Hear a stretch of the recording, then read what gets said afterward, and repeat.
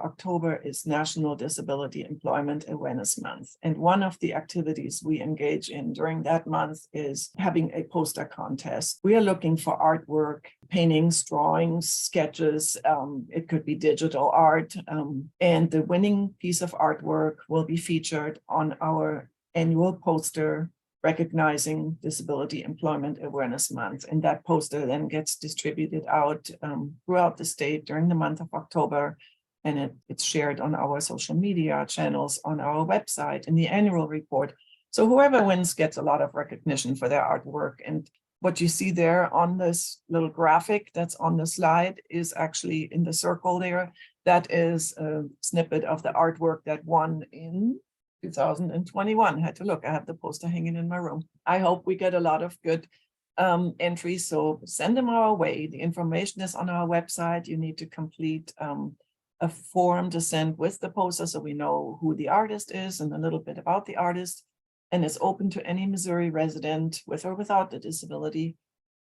So anybody can participate. And we also have a virtual National Disability Employment Awareness Month exhibit, which is a website dedicated entirely to that month and provides a lot of resources and information about employment of people with disabilities and so forth. So I invite you to check that out. And then we also provide educational presentations and trainings on disability awareness, on employment, service animals, and other related topics. And then last but not least, we have some publications that I wanted to share with you. One of them is an accessible parking video. It's basically a public service announcement highlighting the importance of keeping accessible parking spaces and the access aisles available for those who need them and what happens if you don't. And it's kind of a fun little video. It's kind of a humorous approach to it, but I think it gets the point across that parking is for those who need it. And then we have an accessibility guide, and that is a newer publication that was issued the end of last year.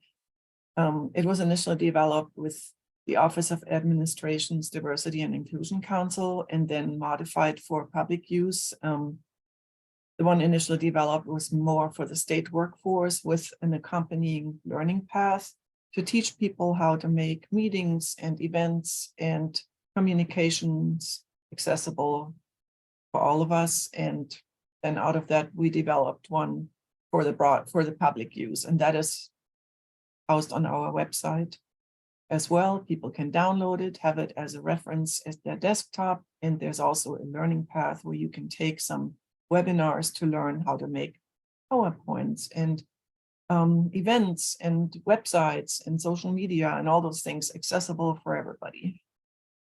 And then we have a capital access guide, and we have developed that in collaboration with the Missouri Assistive Technology Council.